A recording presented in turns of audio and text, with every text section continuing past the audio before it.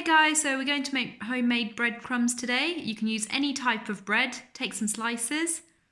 Okay, so I've just teared up the bread with my hand just into 4 pieces like that. Okay, so you can use any type of food processor, but it's a chopper blade that you're after. Okay, so what we're going to do is we're just going to put some bread in through this bit here. Next, we're just going to put the food processor on and we're going to keep adding bread in as it starts to shrivel.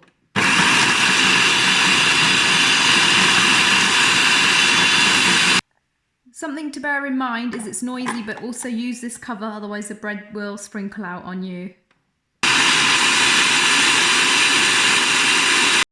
Okay, so let the breadcrumbs shrivel down into small pieces of the bread, into small pieces like that.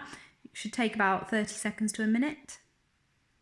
So just be extra careful with the blade when you're taking that out. The next thing we'll do is take a baking tray. You don't need to grease it, just pour the breadcrumbs on top. You'll see that they're in slight chunks. Don't worry too much about that. That will get sorted out later. Right, so I've just given the tray a bit of a shake and flattened out all the bread. Try to flatten it out as evenly as possible, and I've preheated the oven to 160 degrees and we're going to leave the breadcrumbs in for about 10 minutes before we check them. Okay, so we will have a look and you can see the breadcrumbs, they've coloured a little bit there. So just take them out of the oven, and what you want to do is just gently take a spatula and try and break them up. What we want to try and do is, once we've done that, is we just want to pop them back in the oven just so the other bits cook. You can actually see you've got really nice texture there, and then you can hear the crunching as well.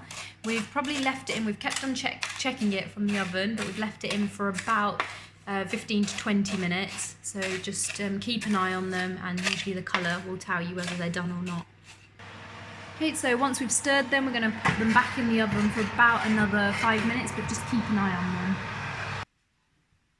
on them. We have taken them out of the oven, and we were just waiting for them to get an even consistency, so they're all cooked. So what we're going to do now is leave them for about 5-10 minutes so they cool down, so we can do the final processes.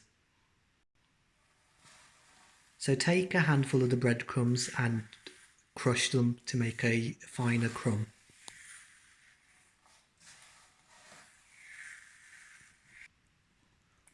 Once you've crumbled the breadcrumbs, they should be at this kind of texture. Once they're at this texture, then you can transfer it into a container for storage.